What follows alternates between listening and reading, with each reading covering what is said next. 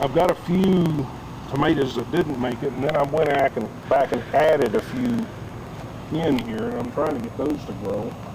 Here's the big Roma. I didn't even plant this. This came up on its own, and it's doing pretty well. This is one plant? That's one Roma, yeah. Wow. Right there. Back here on this end, we do our onions. Those have already been picked, but my son and I planted some more onions about 2 or 3 weeks ago. And you can see those are starting in. And then over here are the plum grannies. Plum grannies. This here? Yeah.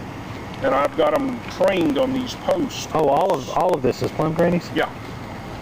Wow. Well, actually, I had some more marigolds that I planted in there, and the plum grannies just take over.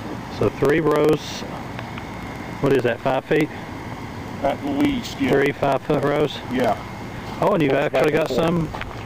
Oh, there are some huge ones in there. Those are every bit baseball size or more. Now explain what a plum granny is. It is. Is it a food?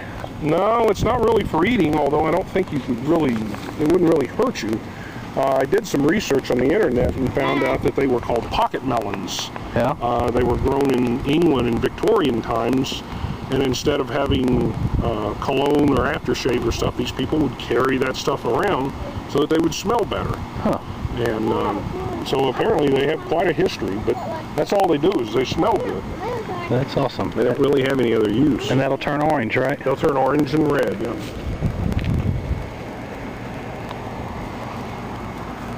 Here, well, these are my Mexican sunflowers. I like those. They're a little different. Yellow as well? Yellow, there's orange ones and there's red ones, and I think I only have the orange ones this year. And then here are the sweet peppers. Oh, yeah. And I try to keep them away from the hot peppers. Yeah, so you don't have the same for obvious reasons. But 3 of the plants are doing really well, the others aren't. Awesome. So, that's pretty much it. All right, now I want you, for our viewers here, so we don't bore them completely to death, I want you to explain your watering system. Okay. This is awesome, guys. I got sick and tired of standing there and holding the hose. That got old quick. The next plan I came up with, well, of course, I had the thing that would spray back and forth, and of course it would get the water on the car and everything else, and that kind of thing. So then I started experimenting with PVC, and it's really easy to put this stuff together. And I hope to make my own video and I can put it on the web and show you how I did this. But basically, from the spigot, I've got a water line, and I've buried it here so I don't have to run it over. This line here goes to his spigot, and then it comes over here and goes underground. Underground, I've got shut-offs, and I've got things where I can bleed it out in the winter. That's awesome. And then it comes over here. It comes up here, and I've divided one off where I can use the water hose to wash the car or whatever. But it comes up here, goes down, got my anti-siphon valve, I got a shut-off here. And then what I've done... Now what's this top one here? Well, the top one's just, currently, it's not in use, but I can just wash your hands or whatever and get a drink out of it if I'm really hot.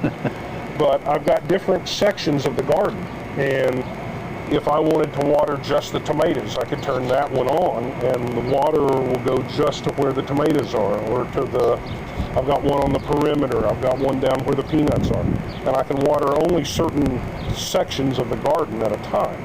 And then that's connected to this drip line over here, right? Drip line. Drip line is the way to go. I know this video probably doesn't show it very well, but he's got drip line, and you can see over here by the onions, he's got drip line all throughout his garden.